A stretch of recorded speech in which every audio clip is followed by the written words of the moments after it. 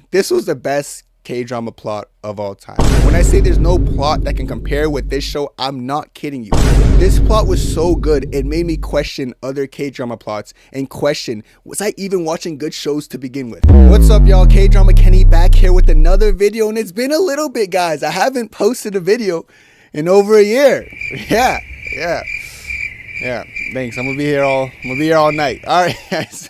Jokes aside, I'm excited for this video, guys, because you guys know, like, my taste. If you've been watching me on TikTok or Instagram, you know my taste by now, but I don't think anyone actually knows my top 25 K-drama list now.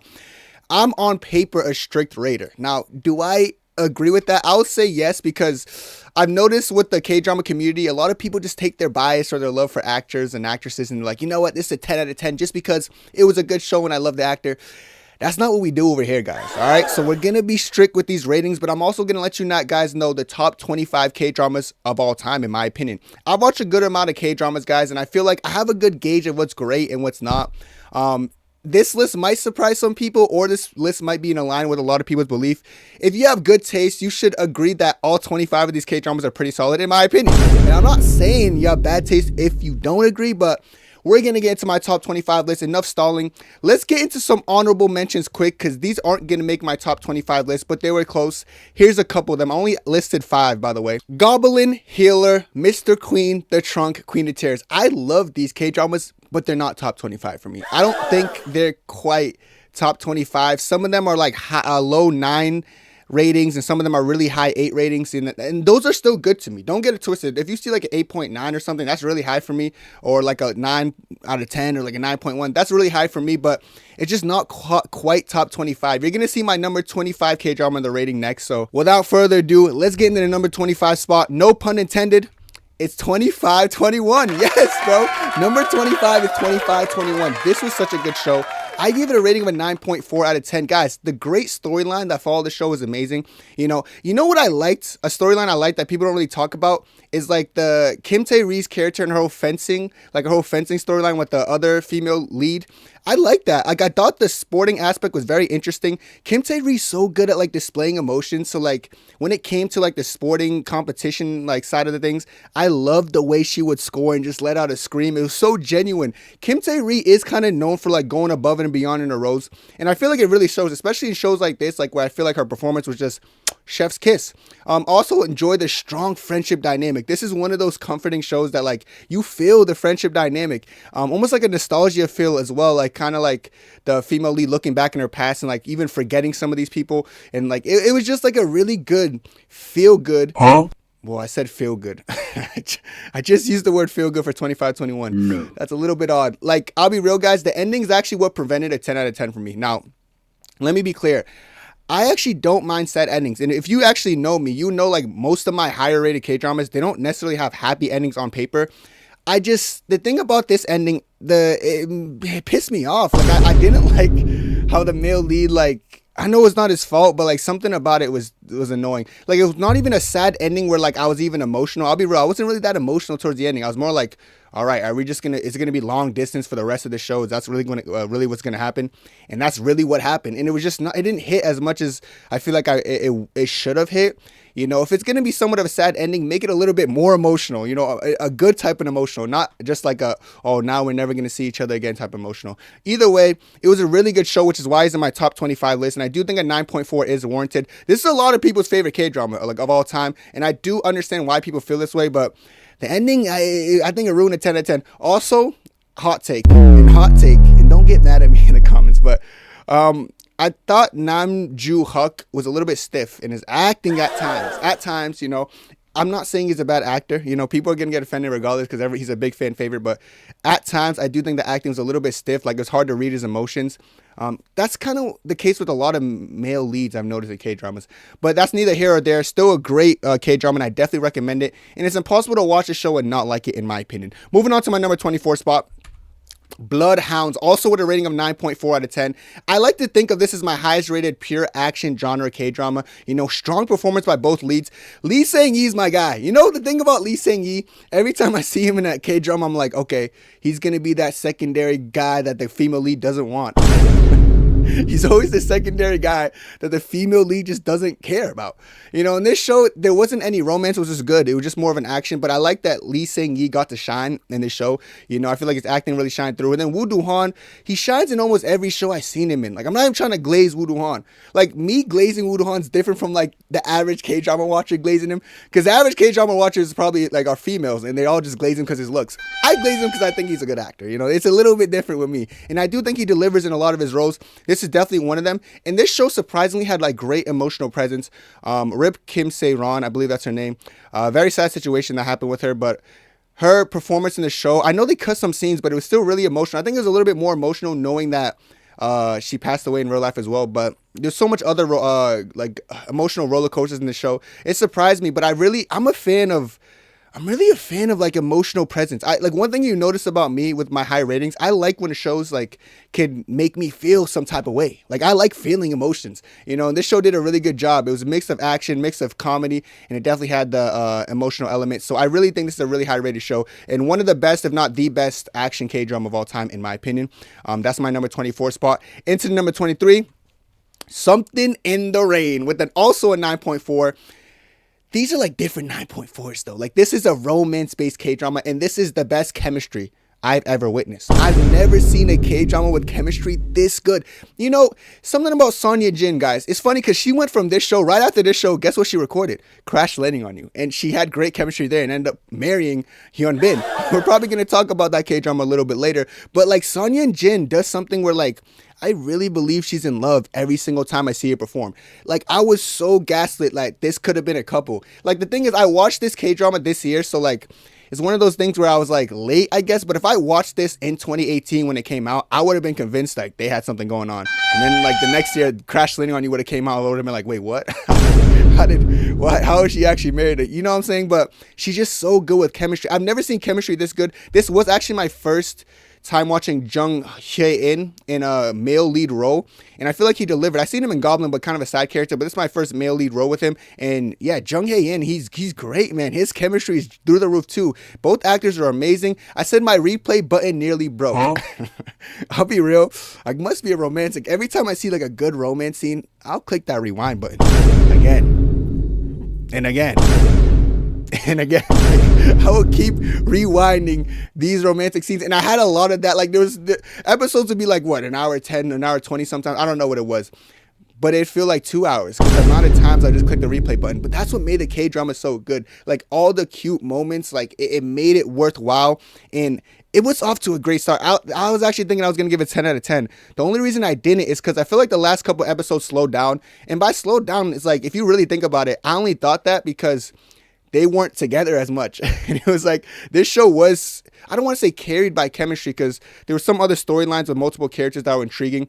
Yeah, the mom pissed me off in this show. I almost forgot about that. If you guys know or remember the mom in Something in the Rain, you're probably mad I even brought it up because she was so annoying, chat. But she actually, I don't want to say she made the show better. She pissed me off. What the hell? But she did make me feel emotions. Like I say, I gotta applaud actors and actresses when they make me feel emotions. She made me feel anger. Like anger through my bones. I felt them like coursing through my veins. I was very upset. But the chemistry made me laugh and smile. It was just a great K-drama all around.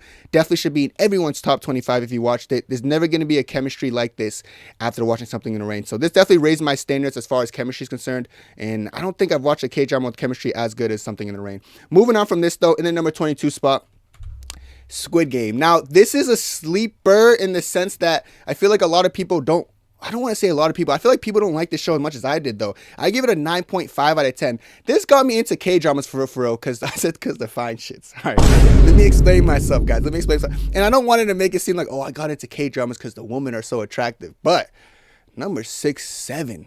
No pun intended, by the way. But number 6, 7, guys, in that show, I was like, yo, this every Korean woman look like this. It's funny because even after watching Squid Games 1, I really wasn't that into K-dramas. Squid Games 2 came, then I saw Player 222, and I was like, you know what? Maybe these Korean dramas might be something I'll look into. And then, like, that's really how I started watching. Fun fact, if people didn't know.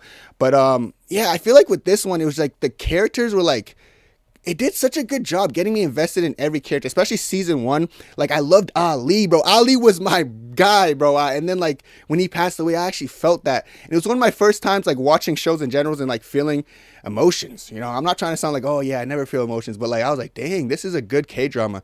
And it's one of those ones that had you captivated, and like you would always be waiting for the next season to drop. Like when season 2 was on the come up, I was like, oh my god, thank God. I enjoyed season 1. I thought it was the best. I enjoyed season 2 as well, really well.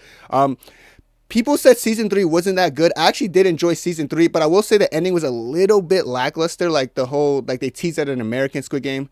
I'm probably gonna watch that, but I think it's gonna be stupid.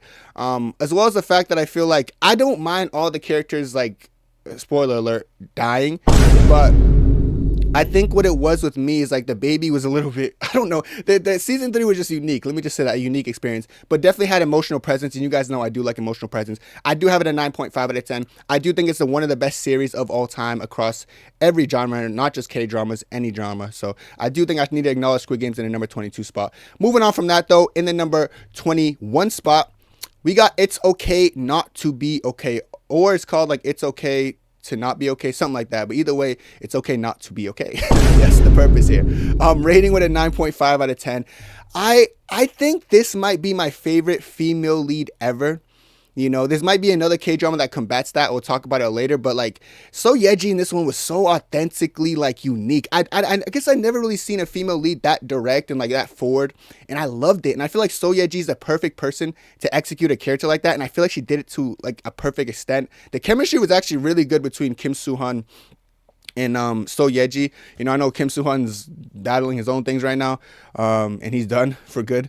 But I don't let that, because I hear people say that like, oh, I can't enjoy It's Okay Not to Be Okay now, and I'm like, listen, the show's still good. Just because the actor might not be great, but the show's good, and I could still acknowledge that it's just so peak. I don't really like why is it not a 10 out of 10? I guess I'm just a strict rater. There were I guess there were some slow episodes. I don't really have an excuse of why I didn't give it 10 out of 10. Like when you watch a 10 out of 10, I just know this was a really great show. It just wasn't a perfect show. My 10 out of 10s really mean perfection. Beautiful, everything perfect. This just wasn't quite perfect. It was just really good. I really did enjoy It's Okay Not to Be Okay, and I do think it's the top 21 K-drama of all time. Now we're in the top 20. In the number 20 spot, Coffee Prince. Whoa, this is an oldie, man. But people who know. I gave this a rating of a 9.6 out of 10. This might be my favorite old school show ever. Like as far as like older generation shows, I don't think you can really compete with Coffee Prince. This is a really good, really well made show. Gong Yoo always delivers, and this is actually one of my favorite female leads too. Like I feel like she was so just unique and different from every other female lead I've seen, and I like the way it progressed, man. Like even the secondary couple, they had their own drama and all that going on, and it was kind of like an integrative couples. Like the main couple and the secondary couple, they intertwined in each other. There was like a little love, can't call it a love triangle. It was like a love square going on between all of them. It was unique, but I liked it. It was really enjoyable, and it might be the best rom-com I've ever watched. Rom-coms nowadays just aren't this. They're not Coffee Prince-esque. This one was unique. This one was special, and I feel like I have to acknowledge it in the top 20. If you like rom-coms, this is the best type of rom-com in my opinion. It is a little bit older, so like the camera angles and everything feels different, but it's uniquely great, and I think you should watch Coffee Prince. Moving on to the number 19 spot, Death's Game. This is something I feel like I don't talk about enough, but I really enjoyed. Also a rating of a 9.6 out of 10. It was just an unexpected banger, and it's only like 8 episodes. And I loved how every storyline like integrated within each other. And like every single episode, there was a new actor. I'm like, holy I think it's because I went into this show blind. I wasn't expecting like this to be like a new popular actor every episode. Like we had Lee Do-han and we had Lee Jae-wook. We had just multiple different people, and every single time I just enjoyed it, man. Like it was a really good show. I'm surprised about how good it was. Like I said, does anyone really glaze Death's Game like that? Like I know some people may know about the show, but how much people have ever watched this show? I think it's tied for the best thriller of all time. I'm going to talk about the thriller it's tied with probably right after this, probably in the next slide, but I feel like Death's Game was so slept on. Like one of the best K-dramas I think I've ever seen. So I feel like it's one of those things that if you haven't watch because it's not time consuming. You're going to get through it quick. You could probably binge it in one day and you're going to thoroughly enjoy it. One of the best thrillers you could ever watch. Trust me, I will not lie to you. Watch Death's Game tomorrow. Watch it tomorrow as soon as possible. Doesn't matter, just give it that watch. What thriller it's tied with in my opinion is in the number 18 spot. It's Tempest. Now you guys know how I feel about the show by now. I really enjoyed this show. Also a rating of 9.6 out of 10. It had a very intriguing storyline, guys, and good English speakers. If you watch K-dramas, you know it's not easy to have good English speakers. But this one, they were speaking better English than me. They were so fluent and good in the show, you know. So I gotta respect it, like the actors themselves for like learning the language, and I respect the American actors for like speaking good English. That sounds crazy to say, doesn't it? But I'm telling you guys, I'm not even kidding you. For some reason, even like the American actors, and especially in older K dramas, they'll speak English in like improper ways. Like I don't even know how to explain it. They just wouldn't deliver sentences well. And then it's the best chemistry I've ever seen, question mark. I said that because, of course, Something in the Rain is probably the best chemistry ever. But this is like a not non-romance on paper. This is more of a thriller on paper than romance. So the fact that the romance chemistry was like almost on par or on par with the Something in the Rain romance is telling me like this is a really good K-drama. So you have a very interesting plot, you know, a very interesting plot in a thriller based K-drama with romance this good. The only reason it's not a 10 out of 10 is the ending. You know, the ending ruined it for me. And I'm not someone who's like huge on endings ruin it, because I hate the ending. It got me angry, dude. It actually got me mad because I was like, it's too much of a question mark. Like, at least I don't even care for happy endings, but like, dude, don't make someone, I'm not going to spoil it for someone. Well, spoiler alert, I'm going to spoil it for you. So cover your ears. I don't like the fact that like, we don't know for sure if he's alive or dead. I think it's implied that he's alive, but like, I don't need to do all that thinking. No. Give me a direct answer, you know, give me a direct answer. All right, you can unplug your ears. But yeah, that's it. That's how I felt about Tempest. Overall, amazing show, but the ending really stopped you from getting a 10 out of 10. Lock in. All right, in the number 17 spot, Our Unwritten Soul. This is one of my most underrated K-dramas. Every time I think of underrated, I do feel like I gravitate towards thinking of Our Unwritten Soul. Just a classic slice of life banger with a 9.7 out of 10 is really high. You know, that's how you know like it's coming towards my elite perfect K-drama. You know, it was almost a perfect K-drama. Like when I say classic slice of life feel, you guys know how you're watching a banger slice of life and you're like, dude, it relates to you and it just like gets you emotional in the slice of life way. You know, that slice of life emotional, it's a different type of emotional. That's not like some kind of just K-trauma emotional. Slice of life feels a little bit more personalized in the emotion, you know. And I really love the slow burn of Minji's character. Like Minji, like Park Bo Young and Jin Young, like I feel like their slow burn in this show was really good, you know. It was really good. The only reason I didn't give it a 10 out of 10 is this is how petty I am with how secure I am with these ratings, is because I felt like the other twin Minji storyline was more interesting than Mi-Rae. Mi-Rae did have her own romance going on. It just wasn't hitting as much as this romance that you see to my right. It just wasn't. It's simple as. And that's how peculiar I am with these ratings. So now we're going to move on to our number 16 spot. And in the number 16 spot, we got Lovely Runner with also a rating of a 9.7 out of 10. I feel like authentic chemistry is what made this show really good. When I say authentic chemistry, I mean like, I really felt like the actors liked each other. When I really felt like behind the scenes, they were clicking, they were vibing. And I feel like it showed on screen because K-dramas like this, I feel like authentic chemistry could take a K-drama a long way, and I feel like this is one of those shows that did it really well. It's just a really good mix of comedy and emotional presence. Like, I think it's overhated. When I say this, I mean, like, I feel like people try to be like, I don't know why everyone liked Lovely Runner. I hated it. Bro, get out of my face with that. Like, you did not hate this show. You might, like, even if you don't think it was that good, like, I don't know what you could hate about it. Like, authentic chemistry felt real. The plot was actually intriguing. You know, and I feel like it just hit. The K-drama hit. I think it's overhated. I think a lot of people love it as well. Some people might be like, it's not overhated, it's overrated.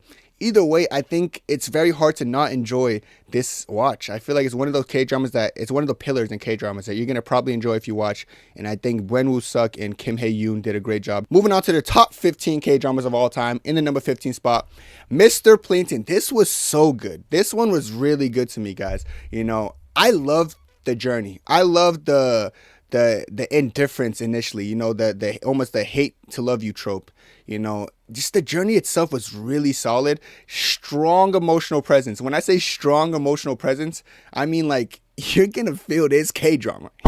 You're gonna shed a tear or two or three, 4, 5 or 6. I'm not gonna say it. No, I'm not gonna say that stupid meme. You're really gonna feel the feels in this show. And I really did enjoy every character in this show. You know, the character development in this show for multiple characters is really good. You know, there was that one woman who almost like was close with the male lead as well. Forgot her name. I think the actress name is like L. Lee or something like that. But I remember her as an actress. She was really good. She had her moments with Woo Do Han. You know, she was very emotional when she found out like his character would get hurt. It was just really good show, guys. And Lee Yu Mi is such an emotional actor, and she does it really well. And I was actually surprised about how well Lee Yu Mi and Woo Do Han worked together. Their chemistry was really good, guys. You know. Yeah, I'm like, Lee Yu Mi is really good at romances. I need to see her in more of those. She always just wants to be in depressing roles and just make me sad. Like, Lee Yu Mi, what's your problem? Do you have a problem with me? What did I do? You know, I want to see her more. And this is a sad role, but I liked her role. Like, she gave in the romantic element. And Woo Do Han's always gonna give, man. I feel like that guy has like the aura about him. He has like good romantic chemistry on him too. He's just he's a good actor. I said it has a slower start, but I really have no critiques. You know, that's just me saying something to say why did I give it a 10 out of 10. No real explanation, but like I do say the first episode was a little bit slow. But like once you get into this, you're gonna get into it and you're gonna love it, man. I think it's only like 8 episodes. Really good K-drama. It's one of like the first K-dramas I actually recommend to anyone if they want to start. Because they're gonna watch it and they'll be so heartbroken. They would like their mind will still be on it. And then they're gonna be like, all right, so now let me watch a happy one. And then boom, they're in the cycle of K-dramas now. Yeah, Mr. Clinton's really good, dude. Really good. I could glaze this all day, but it's in my number 15 spot. I think it's the top 15 K-drama of all time. In the number 14 spot, My Mister. You know, I have watched this. I still people recommend me this to this day. Watch My Mister. I've watched it, guys. Really great show. I gave it a 9.8 out of 10. Just very well written.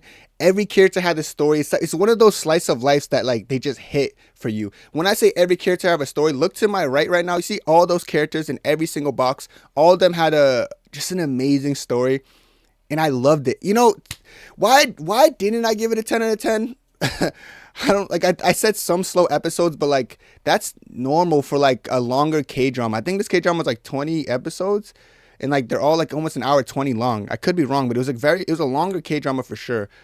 Or if it was a 16, I think it might have been 16 episodes, but just really long per episode, like an hour 20, something like that. But dude, it was really good. Like I don't really have a full reason why I didn't give it 10 out of 10, aside from the fact that like some slow episodes that maybe were like, okay, maybe it's a little bit of a quote unquote boring episode, but the story was really good, guys, and like it kept me invested. It was actually my first time seeing Jong Ki-young too. He played like a villain in this one towards IU. IU's acting is really good. I haven't watched a bad IU show yet, which is almost scary because like I'm rooting for her now every single show, and I don't want to ever watch a bad IU show. Matter of fact, when I think about it, the IU shows I've watched have been the highest rated shows I've ever watched in my life. You know, this is being one of the examples. We're going to talk about other IU examples later in this one. She just knows how to deliver roles, guys. I don't know. Like, or she knows how to pick a script, eh? And this is one of those cases. My Mister is such an amazing show. And it's one of those shows that it's impossible to dislike unless you just have a bad taste in shows. The people who like hate When Life Gives You Tangerines and like other great shows, they'll probably not like this. But you guys also have bad taste.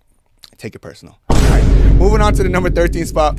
I got Alchemy of Souls, 9.8 out of 10 as well. This was such a good show, guys. Jung So Min was in her prime. This is like what I think about pinnacle Jung So Min. I watched Would You Marry Me Soon. It was like the lowest rated K-drama of all time. It kind of scared me. I almost wish I didn't watch it because I don't want to forget about this Jung So Min because she was such a good actress in this one. When I said my So Yeji and It's Okay Not to Be Okay was my favorite female lead, the reason I was conflicted is because I know that Jung So Min in Alchemy of Souls 1 exists, you know? So that's why I was a little bit conflicted to say that, but it's a toss-up. She was just so funny in this show. She was unique. She mixed everything so well. You know, I actually did like her slow burn with Lee Jae-wook in this one. She did her thing. I think Jung So Min really did her thing. It's one of the best female lead performances I've ever seen in my life. So congrats to Jung So Min. Strong season 1 ending. I gotta preface that. The ending was so perfect. That might have been the best ending ever, season 1. Because like the whole time you're getting like rom-com vibes, you know, somewhat serious, somewhat you know, and then the season 1 ending happened. It was so emotional that like it was like a chef's kiss. You know, and then season 2 came and I thought it was good, but it wasn't great. As far as like the plot, it was a little bit less. It was a little bit more to me. I do think what's her name, Jo Young Jung or something like that, had good chemistry with Lee Jae-wook in season 2. I'll applaud the chemistry for sure. But yeah, it didn't hit as much as season 1. Jung So Min needs to get back in her bag. She needs to pick a script like this, dude, because she will kill it every single time. I love this show. In the number 12 spot, Twinkling Watermelon, 9.8 out of 10. The name almost threw me off. The name's the reason I actually almost didn't watch this, bro. Like, you mean to tell me you're gonna name a K-drama Twinkling Watermelon?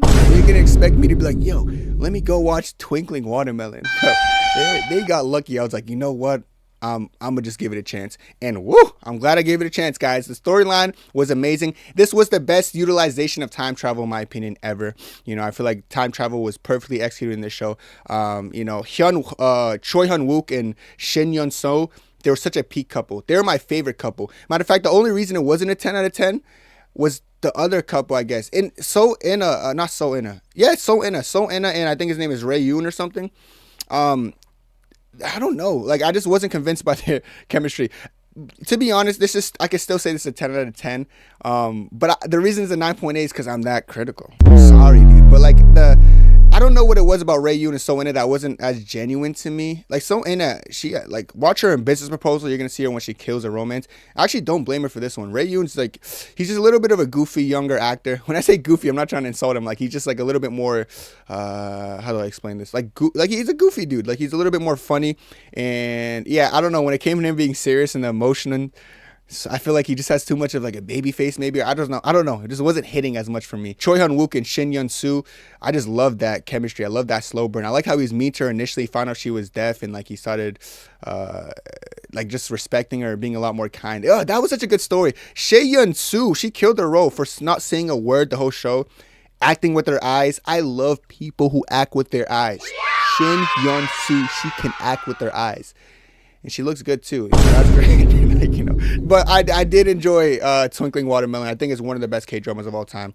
And it's one of those things I'll definitely love to watch again for no reason. Just because I want to relive it. In the number 11 spot, this is just shy of my top 10. Mouse, with the rating just shy of a perfect score. Yes, that's right. My top 10's the only 10 shows I give a perfect score. But rating of a 9.9. This was the best K-drama plot of all time. When I say there's no plot that can compare with this show, I'm not kidding you. This plot was so good, it made me question other K-drama plots and question, was I even watching good shows to begin with? I love this show so much, guys. The plot twists were there. The plot twist kept plot twisting. I feel like at the end of every single episode, it came to a point where like another plot twist would happen. And I was just like, my mouth would be agape, like eyes wide open. I'm like, oh my God. This is such a masterpiece. What am I watching and why is it so good? That's genuinely how I felt watching Mouse. Such a good show, honestly, bro. And have no logical reason for not putting 10 out of 10. I will tell you why I didn't do it. This is gonna, like, people are just gonna laugh at this. Every show I've given a 10 out of 10, there was never a point in time where I was like, all right, well, I'm kind of ready for the show to end. Like, it's kind of dragging on. I think it has 21 episodes. Some episodes are like an hour, 20, you know. So it's very long. So I think that's tricky sometimes because I've never said that with any 10 out of 10 where like, okay, now I kind of want this to end because it's kind of dragging on. It just feels so long. But there wasn't really a point where I was ever bored on paper. Maybe like the first 20 minutes of some episodes I'll be bored, and then like the rest of it I'll be like, okay, never mind. But yeah, I have really no logical reason. So you could roast me in the comments a little bit and say, all right, Kenny, your rating's a little bit too strict. And I won't disagree with you. But yeah, I'd really nitpick that one. But maybe I just wanted my top 10 to be all 10 out of 10s that I didn't doubt the rating, you know. And without further ado, let's get into the top 10 K-dramas of all time, which I gave a 10 out of 10 score to, being someone who just doesn't give 10 out of 10s at all. In the number 10 spot, Mr. Sunshine. Now, I'm going to rate all these in accordance to like the worst 10 out of 10 to best, which doesn't make sense because there's no such thing as a worst 10 out of 10, but this was such a masterpiece, guys. Rating 10 out of 10, every character mattered. There's not a storyline you're going to see in this show where a character didn't carry some significance, some emotional baggage, some emotional storyline that had you hooked. That's what Mr. Sunshine did really good. And this is such a great love story with no kissing. Would you guys believe it if I told you there was 0 kisses exchanged in this K-drama? No. And it was a romantic K-drama. I don't even think the secondary lead didn't kiss. And I just, wait, did they kiss? No, I don't. The secondary lead didn't even kiss because Yoo Yeon-suk's character was caught up on Kim Tae-ri. You know, oh my god, I can't believe that. But and you guys know I love chemistry. I love kiss scenes. I love like good chemistry. This show didn't need it. Imagine a storyline so good that I'm over here saying it didn't need a single kiss scene. It didn't need a single kiss scene. This K-drama was special. The writing was different. The acting was superb. Like I said, Kim Tae-ri kills every role. She did it again. My best actor award for this one went to Yoo Yeon-suk. He was unreal in this role, and I gotta give him kudos, bro. Like it was just amazing performance all around. This show still lives rent free in my head. It's just a really good show, which is why I gave it my perfect score of 10 out of 10. Which means I feel like this is a perfect K-drama. Which means I think there was no flaw to this K-drama at all. You know, perfect. Watch it. You're gonna enjoy it, and if you don't, maybe we have problem, and I'm not fond of you. All right, moving on from my number 10 spot. Let's get into the number 9 spot. The Good Bad Mother. Lee Do-hun killed this role, guys. I loved everything about this. The revenge plot plus the slice of life feel. So it's not like your basic slice of life. The male lead had almost a revenge plot to avenge his father for certain reasons. Like, I'll let you guys watch the show. I don't want to spoil it too much, but it was a really solid revenge plot mixed with slice of life, and I've never seen that before. I've never really seen those two genres mixed, aside from this show. And then they had great chemistry. Lee Do-hun and An Yeon-jin. Dude, An Yeon-jin with anyone, though, to be fair, she just knows how to deliver romantic chemistry. And Lee Do-hun didn't disappoint. And Lee Do-hun is dating Lim Ji-yeon. And it's funny because I did see an interview where An Yeon-jin said, yes, I did actually add some kiss scenes to this K-drama. Like, I purposely made sure I added some. And she said, I didn't get reached out to by Lim Ji-yeon, so I'm assuming she doesn't have a problem. That's just so An Yeon-jin to say. Like, An Yeon-jin, she's gonna add kiss scenes and she's gonna make them just work. They don't gotta be in the script for An Yeon-jin. She's gonna make it deliver. And I'll say the chemistry was unreal. Unreal, you know. I'm just thinking about it right now. Damn, it was really good, you know. I ain't trying to kid you. That they were giving in those kiss scenes, man. They love each other in real life. Yeah, guys, the life lessons with great emotional presence as well. Like, the mom was such a really well executed K-drama mom, you know. She was so good. Like, the way she was so aggressive with her child, but out of a place for love. Ah, man, the show was good, you know. You know, like, sometimes I get happy at myself for saving 10 out of 10s for shows that I feel like really deserve it, because this deserves it and some. It's so good. It's such a good show, and I can't believe how good the show really was, guys. Of course, I'm going to give the show a 10 out of 10. Moving on from The Good Bad Mother, I got Flower of Evil, 10 out of 10. The only thriller I've ever given a 10 out of 10. I watched Mouse. I watched Tempest. I watched a lot of good thrillers, guys, all right? I've been around the block, you know. I've been around the block when it comes to thrillers. This one was different. Strong central plot with great plot twists. First of all, just the basis of the show is so intriguing. I really feel like any newcomer should watch this first. Like, imagine telling a newcomer the husband's a serial killer and the wife's a detective, and she doesn't know about his history.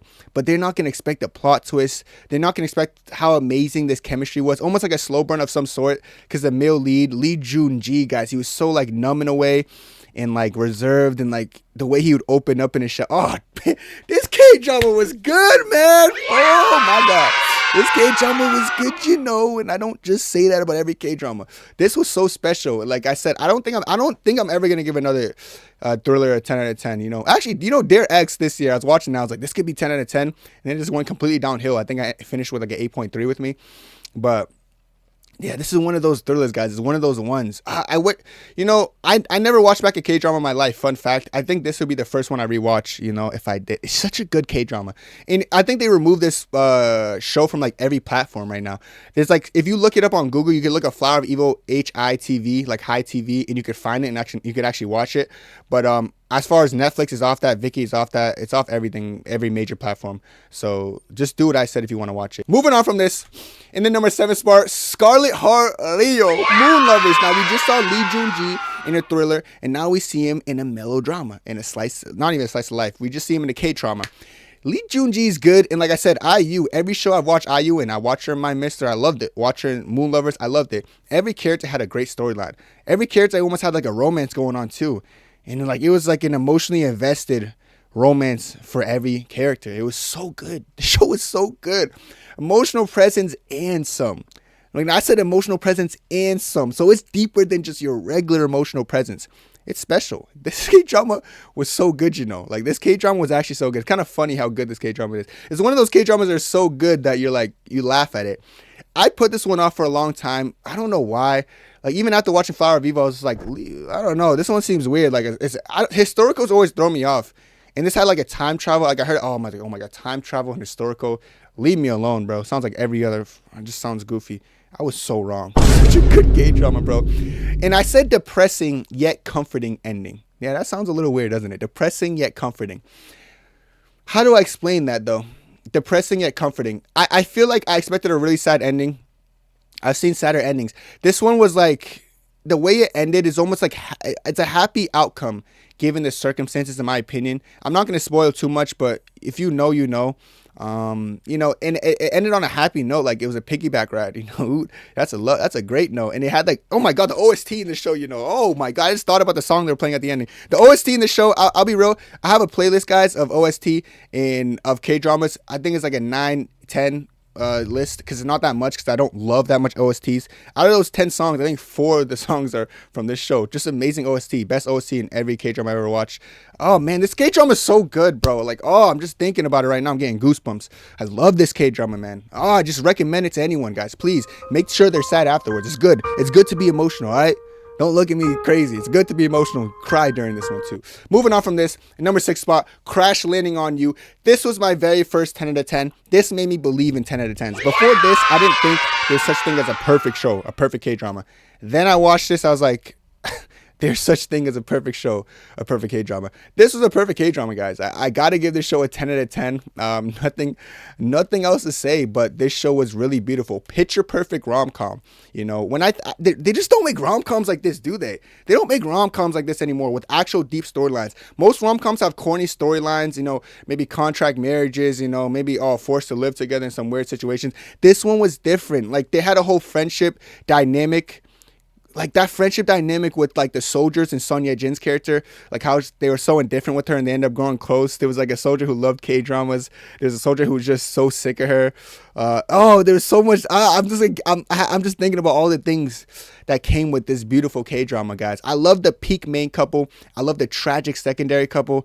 The contrast between both. Damn, this show was good, you know. This show was good. Man, I have good taste in K-dramas. Huh? Why am I glazing myself? No, but like, dude, this show was so good, guys. Like, oh man, it was so special. And I think with this one, I think the cherry on top was them getting married afterwards, because that didn't need to happen, did it? But it happened, and it was just, it really proved that the chemistry on camera really transcended just a regular acting. Because if actors feel that this type of way, especially in this scene, like, she was coming off of Something in the Rain. Think about the chemistry she just had in this show, and then she met Hyun Bin, not met him, but she performed with Hyun Bin, and then she just fell for him. That's how you know the chemistry was real in this show. So if you haven't watched it, congrats to you. I'm jealous of you. I'm so jealous of you. But moving on to the top 5 K-dramas of all time. Yeah, you heard me. In the number 5 spot, Reply 1988. Yes, I love this show. The perfect slice of life. Dare I say perfect. This show was perfect, guys. It felt like I was growing up in this neighborhood with them. It felt like, dude, I felt so like attached to these characters. You know, it wasn't, and it's funny because the plot of this one isn't really elaborate. Not a lot of plot twists. Oh, there's a killer on the loose. No, none of that. It's life. It's grow up in these neighborhoods with these individuals and experience their life. But there was so much emotional presence and emotional baggage with every character, and it was so realistic, you know. But the Bora Sun-woo couple is the best secondary couple of all time across every K-drama you've ever watched. They were so good. That couple was so good. The chemistry, the slow burn, and like I guess the dynamic that they had, because they were almost opposite. You know, Sun-woo was so, they both like school and they're both smart, but Sun-woo was so like respectful and like caring and giving. Then Bora was so snappy, you know, and I love Bora. She was so cute. I love Bora. She was one of my favorites. She was just so snappy and just like so commanding and like, I guess you could say rude on paper. Sure, she's not rude to me. I loved her. No, she was rude. But I loved their progression. It was so good. Oh man, Reply 1988 was a show, wasn't it? That was a show. It was a show. I loved everything. I loved the moms in the show. I love the dads in the show. Ah, dude, like it was just, I feel like I said, every character had their distinct storyline. It was really executed perfectly, in my opinion. What a beautiful show that I would recommend to anybody walking the earth. If you walk this earth, please watch this show. And if you don't like this show, don't watch K-dramas anymore. That's what I think about you. But this show is so good, and it's in my number 5 spot. But if it's your favorite K-drama of all time, I think you still have great taste. But I do think these K-dramas I'm going to mention are a little bit better. Little bits. In the number 4 spot, You and Everything Else. 2025 delivered in some of these K-dramas, guys. Of course, I gave this K-drama a perfect score of 10 out of 10. Strongest acting performance I've ever seen. You know, Kim Go-young delivered her role really well. But Park Ji-hun, and this is not even a competition, but Park Ji-hun, I've always said it, guys. Every time I talk about this, I talk about her performance.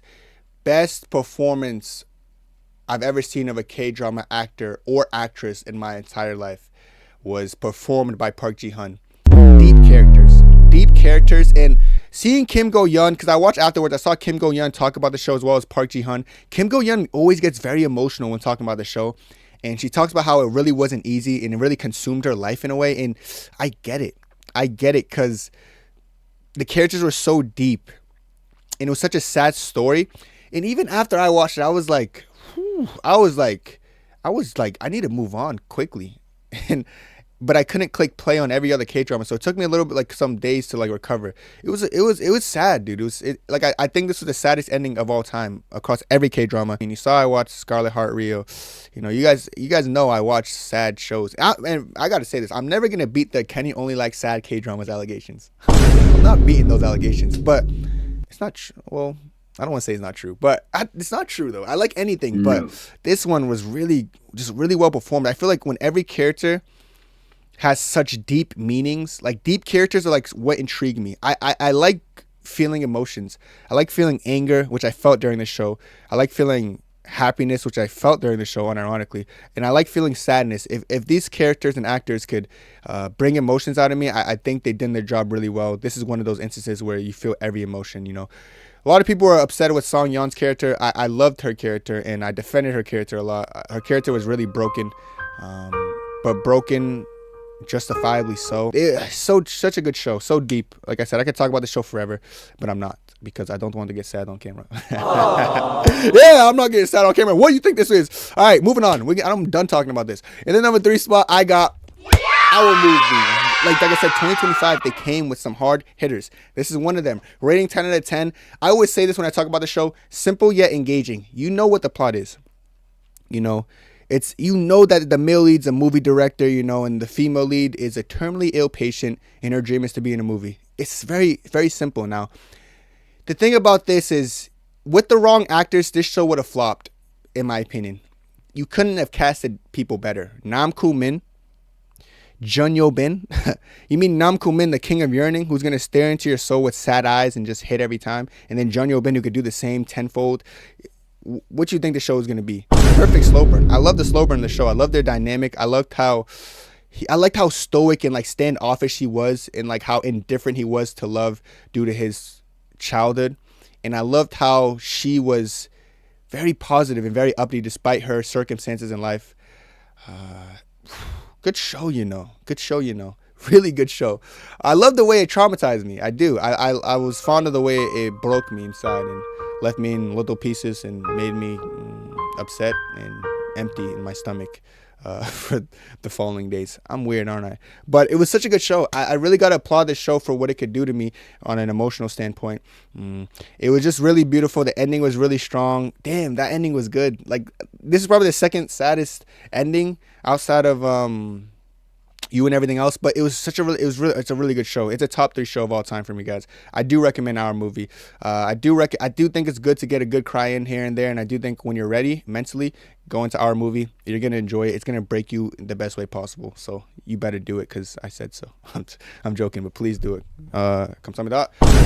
And just in advance, because you're gonna cry. All right, in the number 2 spot though, this is the top 2 K-dramas of all time. Now I want you guys to look at the ratings. I've been going through my top 10 list. You see 10 out of 10, 10 out of 10. Okay, cool. A lot of 10 out of 10s. This is my top 2 K-dramas with a rating of 11 out of 10. 11. which is one more than 10, which equates to breaking the scale because it's on a 10 out of 10 standpoint. So how can it reach 11? Well, I can't tell you other than the show is just too good to be true. My dearest in the number 2 spot. The character development in this show is so good. Now, speaking of great female leads, I was glazing Alchemy of Souls. I was glazing It's Okay Not to Be Okay. I almost forgot about my dearest. Oh, Onion Jin. Onion Jin, you did it again. Onion Jin, you did it again. She just does it every time. This was her best performance. She was her character development, guys, how snarky she was.